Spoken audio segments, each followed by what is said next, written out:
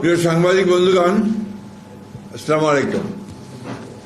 জরুরি ভিত্তিতে আপনাদেরকে আজকে আমরা একটু কষ্ট দিয়েছি, কারণ একটা অত্যন্ত গুরুত্বপূর্ণ বিষয় যেটা সম্পর্কে আপনার সরকারিভাবে সিদ্ধান্ত কিছুক্ষণ পরে হবেই বলেই আমরা জানতে পেরেছি। আমরা দায়িত্বশীল রাজনৈতিক দল হিসেবে আমাদের দায়িত্ব মনে করেছি যে এই বিষয়টা সম্পর্কে আমাদের যে দলের যে বক্তব্য, সে বক্তব্যটা আপনাদের সামনে আগেই তুলে ধরা দরকার। আমার সঙ্গে আছেন আমাদের বরেণ্য শিক্ষক, অধ্যাপক এবং আপনার দেশের বরেণ্য রাজনীতিক, জাতীয় স্থায়ী কমিটির সদস্য ডক্টর ওয়াহিদ খান। উনি এই বিষয়ে আপনাদের প্রশ্নগুলো জবাব দেবেন যদি কোনো প্রশ্ন থাকে। আর আমি টেকনিক্যাল সাবজেক্টে তো আপনার খুব বেশি পোক্ত নই, যে কারণে আমি শুধু পাঠ করব আর কি। প্রিয় সাংবাদিক ভাই ও বোনেরা, আসসালামু আলাইকুম।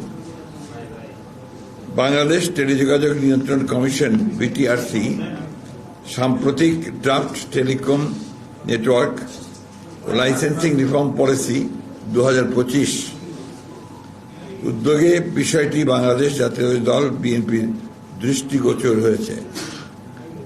এই উদ্যোগ প্রশংসনীয় হলেও আমরা এই মুহূর্তে এই ধরনের একটা জাতীয় গুরুত্বপূর্ণ ক্ষেত্রে তড়িঘড়ি করে সিদ্ধান্ত গ্রহণ করার বিষয়ে আমাদের উদ্বেগ প্রকাশ করছি। এই নীতির উদ্দেশ্য হল লাইসেন্সিং পদ্ধতি সহজ করা, প্রযুক্তিগত অগ্রগতি উৎসাহিত করা, গ্রামীণ জনগণের ডিজিটাল অন্তর্ভুক্তি বাড়ানো, যা অবশ্যই ইতিবাচক একটি বিষয়।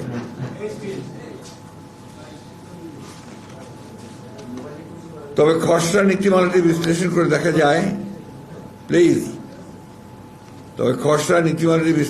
দেখা যায় যে এটি গুরুতর সমস্যা রয়েছে, যে টেলিকম খাতে সমতাভিত্তিক ও টেকসই উন্নয়নে বাধা দিতে পারে।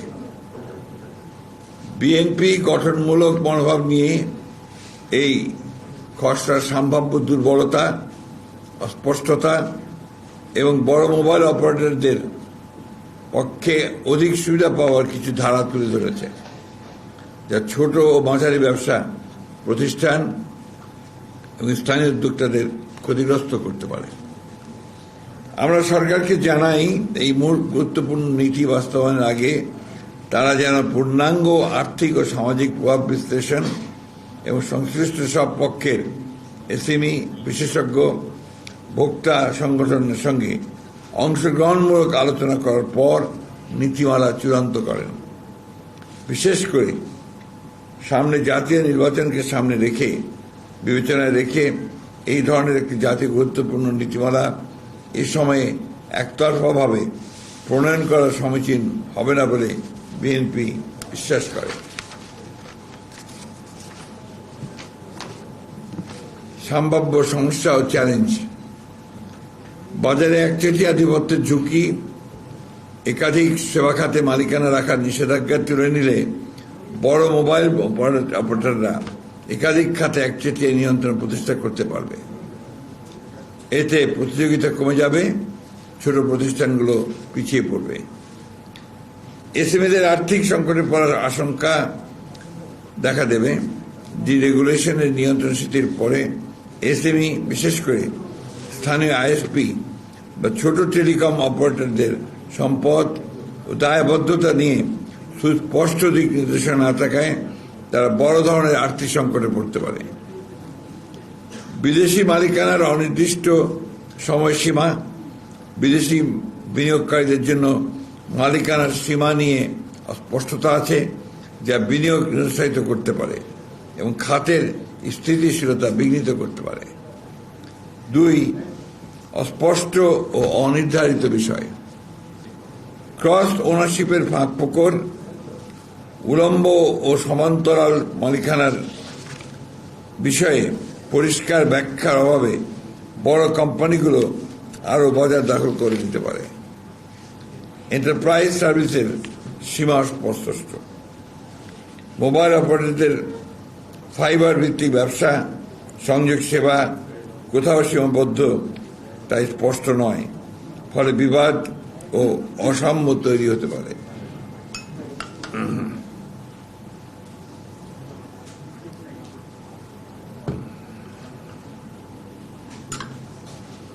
নতুন প্রযুক্তির বিষয়ে স্পষ্টতা নেই। স্যাটেলাইট ব্রডব্যান্ড বা নতুন ডিজিটাল সেবা নিয়ে নীতিতে কোনো সুস্পষ্ট দিক নির্দেশনা নেই যা বিনিয়োগকারীদের বিভ্রান্ত করতে পারে। 3. বড় মোবাইল অপারেটরদের প্রতি পক্ষপাত। একক লাইসেন্সের বাধা এসএমইর জন্য আইএসপি লাইসেন্স একীভূত করার ফলে বড় প্রতিষ্ঠানগুলো সুবিধা পাবে। এএনএসপি লাইসেন্সে স্পেকট্রামের উপর নির্ভরতা বড় কোম্পানিগুলোকে এগিয়ে রাখবে। ফিক্সড টেলিকম লাইসেন্স করা থাকলেও সারা দেশে সেবা দিতে হবে, উচ্চমান বজায় রাখতে হবে, যে এসএমইদের জন্য চ্যালেঞ্জ হয়ে দাঁড়াবে। বড় কোম্পানির অবকাঠামো আধিপত্য। বড় মোবাইল কোম্পানিকে এন্টারপ্রাইজ ব্রডব্যান্ড বাজারে প্রবেশ করতে দিলে ছোট কোম্পানিগুলো প্রতিযোগিতায় পিছিয়ে পড়বে এবং একচেটিয়া পরিবেশ তৈরি হবে, যা দেশের সার্বিক অর্থনীতির উপরও বিরূপ প্রভাব ফেলবে। নীতিমালায় বিদ্যমান অপারেটরদের সুবিধা। কিছু নীতিমালায় স্পষ্টভাবে বড় কোম্পানির সুবিধা বজায় রাখা হয়েছে, যা প্রতিযোগিতায় নয় বরং আধিপত্য বাড়াবে। তাছাড়া খসড়া নীতিমালায় লাইসেন্স ফি, শর্তাবলী, কার্যকারিতা ইত্যাদি বিষয়ে বিস্তারিত কিছুই প্রকাশ করা হয়নি, যা স্বচ্ছতার অভাব নির্দেশ করে। আমরা সরকারকে আহ্বান জানাই, এসএমই প্রযুক্তি বিশেষজ্ঞ, গ্রাহক সংগঠন সহ সব পক্ষকে নিয়ে খোলামেলা আলোচনা করার পর যেন এই ধরনের একটি গুরুত্বপূর্ণ নীতিমালা চূড়ান্ত করার সিদ্ধান্ত গৃহীত হয়। সেই সাথে এই প্রস্তাবিত নীতিমালার একটি পূর্ণাঙ্গ আর্থিক ও সামাজিক পরিণাম বিশ্লেষণ করা হোক। বিশেষ করে এসএমই ও স্থানীয় ব্যবসায়ীদের সম্ভাব্য ক্ষতি, কর্মসংস্থান হ্রাস এবং অর্থনীতির উপর প্রভাব বিবেচনায় রেখে এটি করা গুরুত্বপূর্ণ। এই ধরনের জাতীয় পর্যায়ের টেলিকম নীতি প্রণয়ন অবশ্যই সতর্কতা, স্বচ্ছতা ও অংশগ্রহণ নিশ্চিত করে নিতে হবে। সামনে জাতীয় নির্বাচন থাকায় তাড়াহুড়ো করে সিদ্ধান্ত নেওয়া উচিত হবে না। বিএনপি বিশ্বাস করে সবার জন্য উপকার বয়ে আনে এমন নীতি গ্রহণযোগ্য। ডিজিটাল সংযুক্তির মাধ্যমে সমতাভিত্তিক উন্নয়ন ও ডিজিটাল নিরাপত্তা ও সার্বভৌমত্ব রক্ষার অঙ্গীকারী আমরা কাজ করে যাব। আপনাদের সবাইকে ধন্যবাদ। আল্লাহ হাফেজ। বাংলাদেশ জিন্দাবাদ। আপনাদের কোনো প্রশ্ন থাকলে করতে পারেন।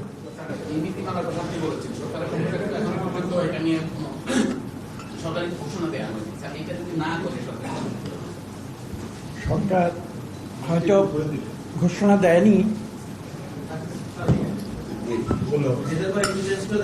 সরকার হয়তো ঘোষণা দেয়নি, কিন্তু আমরা জানি যে কারণে আমরা তাড়াহুড়া করে আজকে আপনাদের হয়তো কষ্ট হয়েছে, তাড়াহুড়া করে এই প্রেস কনফারেন্সে আমরা ডাকতে বাধ্য হচ্ছি। সরকার আমরা জানতে পেরেছি যে আজকে বিকেল 2:30টার সময় তারা এই নীতিমালা সংক্রান্ত তারা সংশ্লিষ্ট মনে করেছেন তাদেরকে তারা আহ্বান করেছেন, একটা সভা হবে এবং সেখান থেকে নীতিমালার বিষয়ে তারা একটা গুরুত্বপূর্ণ সিদ্ধান্ত নেবেন। আজকের যুগে যেখানে মডার্ন টেকনোলজিতে আপনারা জানেন যে আইটি একটা নিয়ামক শক্তি হয়ে দাঁড়িয়েছে, কাজে এত বড় একটা গুরুত্বপূর্ণ বিষয়ে তারা সিদ্ধান্ত নেবে। কিন্তু যে কথা এখানে মহাসচিব সাহেব উল্লেখ করেছেন যে যারা ভোক্তা, অর্থাৎ আমি তো একজন ব্যবহারকারী, কাজে যারা ব্যবহারকারী এটা হলো একটা দিক। আরেকটা হচ্ছে 3টা বিষয় আমরা গুরুত্ব দিচ্ছি, যারা ভোক্তা, যারা ব্যবহারকারী।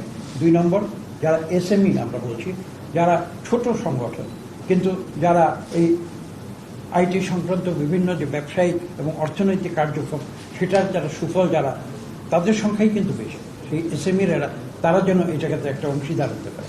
আর 3 নম্বর আমরা যেটা আশঙ্কা প্রকাশ করেছি যে যারা বড় মনোপলি যারা করে তারা তাদের সুবিধার্থে আমরা যতটুকু জানতে পেরেছি যে নীতিমালাটি যারা সরকার খসড়া প্রণয়ন করেছে, আমরা যতদূর জানতে পেরেছি এটা মূলত বড় বড় কোম্পানি এবং বড় বড় যে মোবাইল অপারেটর আছে তাদের সুবিধার জন্য করা হচ্ছে।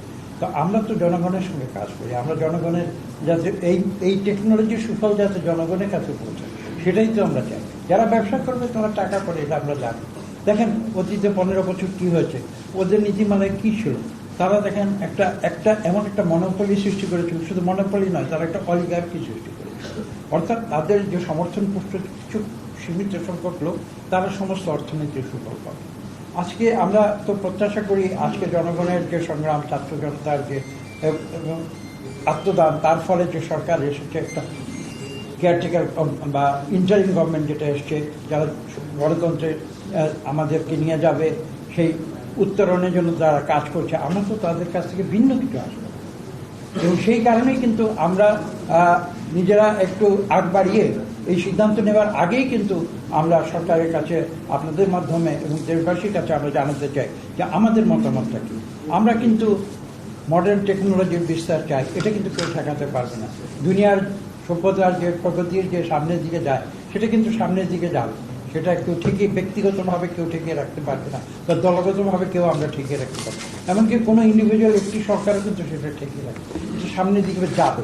কিন্তু আমাদের যে বিএনপি আমরা যেভাবে চিন্তা করি, আমরা সভ্যতা সামনের দিকে যাব, টেকনোলজি সামনের দিকে যাব, কিন্তু তার সুফলটা যেন জনগণের কাছে পৌঁছায়। এবং সেই উদ্দেশ্য নিয়ে কিন্তু আজকে মহাসচিব যে বক্তব্য দিয়েছে সেটা আপনারা শুনেছেন। বর্তমানে ছোট উদ্যোক্তারা ক্ষতিগ্রস্ত হবে এবং দেশীয় বিনিয়োগটা ক্ষতিগ্রস্ত হবে, সেই সঙ্গে বেকারত্ব বাড়বে, কারণ মাঝখানে অপারেটর, ছোট অপারেটর, ছোট আইসি সবাই কিন্তু কাজ হারাচ্ছে বা হারাতে হচ্ছে। আমি যেটা বলেছি যে যেভাবে এটা আমরা যতদূর জানতে পেরেছি এমন দেখেছি, সরকার তো একটা খসড়া প্রস্তুত করেছে এবং যেটা আজকে সবাই তারা হয়তো সব আমরা যতটুকু জানি আজকে সবাই সেটা অনুমোদন করে নতুন একটা নীতিমালা আসবে। কিন্তু এখানে যে বিষয়গুলো অত্যন্ত স্পষ্টভাবে প্রত্যেকটি বিষয় আইটেম ওয়াইজ স্পষ্ট করে দিয়েছেন, আপনারা ডকুমেন্টের কপিও পাবেন, আপনারা দেখতে পারবেন যে এখানে 3টা বিষয় আমি একটু আগে বলেছি যে বড় মোবাইল অপারেটর তারা একটা বিরাট সুবিধা পাবে, আর যারা বাংলাদেশের অভ্যন্তরে যারা বড় রকমের ইনভেস্টমেন্ট করতে পারে তারা একটা সুবিধা পাবে। এবং সুবিধার টার্গেট যেটা হওয়া উচিত আমরা মনে করি একটা গণতান্ত্রিক সমাজে সাধারণ মানুষ যাতে সুযোগ সুবিধাটা পায়, কিন্তু সেইটা কিন্তু এই যে প্রস্তাবিত নীতিমালা আমরা যতদূর জানি যে সেখানে কিন্তু সেটা অনুপস্থিত। এবং এটা আমাদের মূল বক্তব্যই কিন্তু সেটা, আমরা এমন নীতিমালা করব যে এই নীতিমালার সুফল দেশের মানুষ।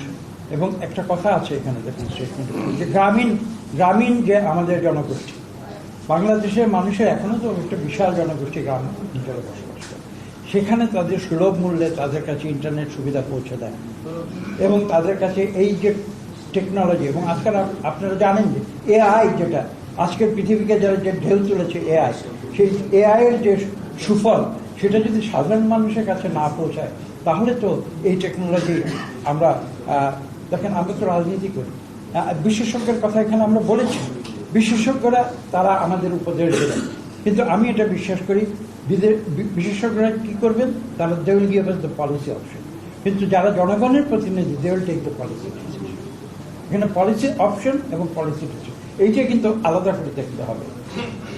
এখন যারা বিশেষজ্ঞ যাদের কাছে পলিসি অপশন দেয় তারা যদি পলিসি ডিসিশন নিয়ে নেয় তাহলে কিন্তু সংঘাত সৃষ্টি হবে। স্যার, এখানে আপনারা কি বিএনপির পক্ষ থেকে ড্রাফট পলিসির উপরে কোনো রিকমেন্ডেশন আমরা তো আমাদের কিছু মতামত এখানে দিয়েছি। এখানে বলা আছে, আপনারা লক্ষ্য করবেন যে সরকার কিন্তু এই যে কোনো এত বিশাল এত গুরুত্বপূর্ণ বিষয়ে যখন একটা নীতিমালা তৈরি হয় তখন তো এটা মানুষের কাছ থেকে মতামত নেওয়া কথা, বা যারা পার্টি এটা এই সঙ্গে যারা সংশ্লিষ্ট তাদের মতামত নেওয়া কথা। এখানে বলা আছে যে সরকার এ ধরনের কোনো মতামত নিয়েছে বলে আমাদের জানা নেই, আমাদের কাছে কোনো মতামত চাই। অন্য সময় যে কোনো সময় যদি জনস্বার্থ বিরোধী কোনো কিছু হয়, সংশ্লিষ্ট পক্ষগুলো আগে থেকেই প্রেস কনফারেন্স অথবা তাদের আন্দোলন দেখি। এই ক্ষেত্রে আপনারা যে কয়েকটা প্রতিবন্ধকতা বলেছেন তার মধ্যে একটা হচ্ছে যে ছোট যে টেলিকম অপারেটরগুলো আছে তারা ক্ষতিগ্রস্ত হবে, তো তারা কি তাদের উদ্বেগের কথা কিংবা এ ধরনের আপনাদের কাছে এসেছে বা উদ্বেগের কথা কোনো মাধ্যমে বলেছে কিনা, এক? আর দুই হচ্ছে যে আগামী নির্বাচনের আগে তাড়াহুড়ো করে এই ধরনের করার জন্য নির্বাচন বাধাগ্রস্তের সাথে বা দেশের অগ্রযাত্রা এই দুটোর সাথে কোনো ধরনের সাংঘর্ষিক কি এই নীতিমালা দুটোর একটু ভ্যালি? দেখুন, এই নীতিমালা কোনটার সঙ্গে সাংঘর্ষিক সেটা কিন্তু এখানে বিস্তৃত বলা আছে, ব্যাখ্যা করা আছে। আমরা জনগণের স্বার্থটা বড় বিবেচনা করি এবং আমরা যে কথাটা নির্বাচনের সঙ্গে সংশ্লিষ্ট যে বিষয়টি আপনি জানতে চেয়েছেন তার উত্তরটি কিন্তু এখানে বক্তব্যে বলা আছে। আমরা বলেছি যে নির্বাচনের আগে এই স্বল্প সময়ে তারা দীর্ঘ 11 মাস কিন্তু এটা নিয়ে কোনো কথা বলেনি। এখন এই সময়ে এসে তড়িঘড়ি করে এটা করাটা এটা আমরা সঠিক মনে করি না। মানুষের সঙ্গে আলোচনা করা একটা কনসালটেটিভ প্রসেস যাকে বলা হয়, সেই কনসালটেটিভ প্রসেসটা তাদের এই যে তারা ডিসিশন নিতে যাচ্ছে সেখানে অনুপস্থিত, এবং সেটাই কিন্তু আমাদের জন্য উদ্বেগের বিষয়। বড় মোবাইল অপারেটরদের সুবিধার কথা বলছেন, একটা বড় মোবাইল অপারেটর গ্রামীণফোন। আপনার এটা আমি অধিকতর ব্যাখ্যায় যেতে চাই না, আমি কোনো প্রতিষ্ঠানের নাম করে বলতে চাই না, কিন্তু ইট ইজ অবভিয়াস, এটা আমরা আমাদের বক্তব্যে বড় কোম্পানিগুলো কি সুবিধা দেওয়ার জন্য এই সিদ্ধান্ত নেওয়া হচ্ছে? সরকারের স্বার্থ কি? সরকার কোন উদ্দেশ্যে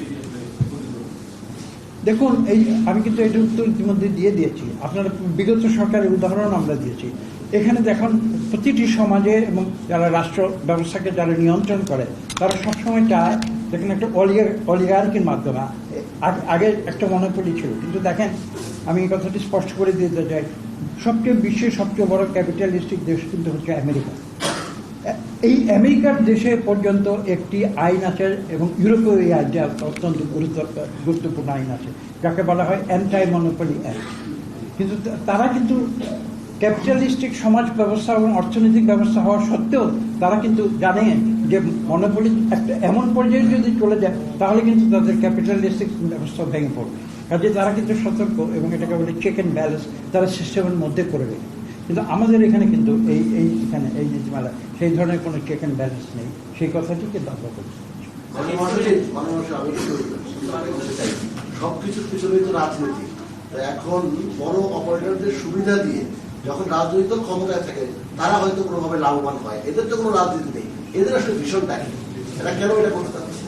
আমার মনে হয় যে সবকিছু বিষয়ে আমরা যথেষ্ট ইতিমধ্যে যথেষ্ট সময় নিয়েছি এবং আপনারাও একটু অভিজ্ঞ সাংবাদিকেরা অভিজ্ঞতার আলোকে তারা আমাদের কাছ থেকে আরো কিছু কিছু জানতে চাচ্ছেন।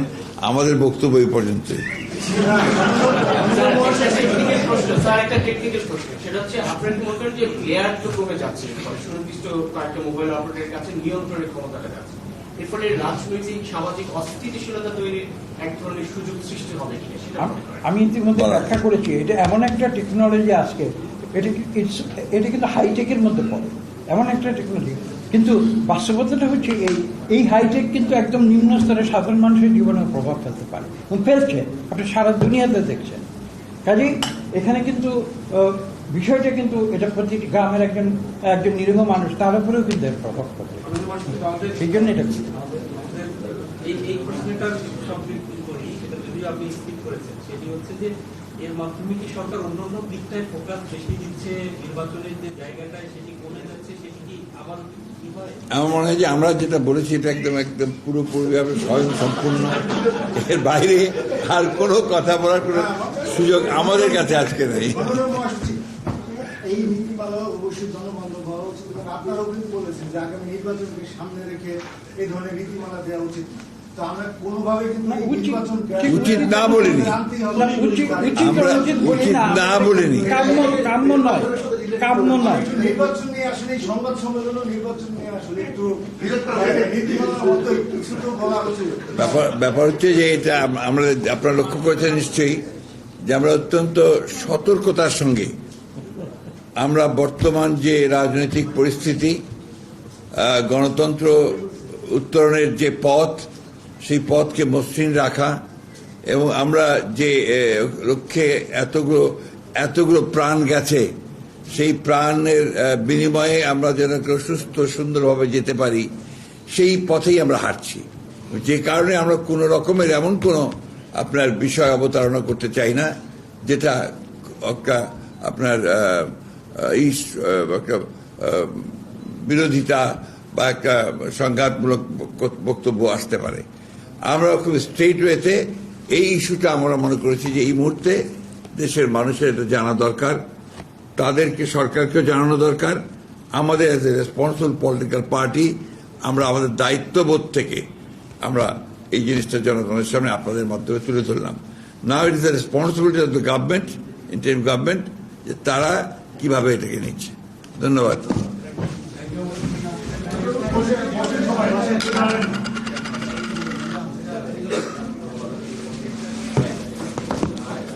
বড় চালাক সবাই।